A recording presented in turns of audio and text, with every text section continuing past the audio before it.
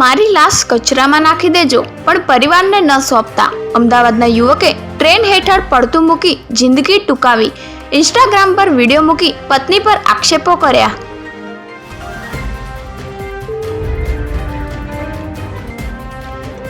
ખ્યાતિકાંડ મુખ્ય ફરિયાદ વધુ 3 આરોપીને શરતી જામીન। NSUIના કાર્યકર્તાઓએ ખ્યાતિ હોસ્પિટલ પર હંગામો મચાવ્યો, મોતના સોદાગરના બેનર લગાવ્યા।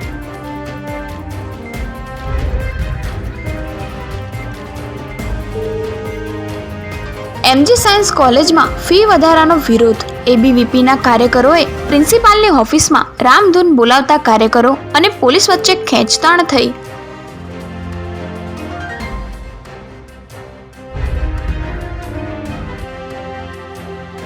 રોડ તૂટી જતા 10 કોન્ટ્રાક્ટરોને 50 લાખનો દંડ। કમિશનરે કહ્યું, તમારા ખર્ચે ફરી રિપેર કરો। ખરાબ રોડને લીધે અકસ્માત થશે તો હવે FIR કરાશે।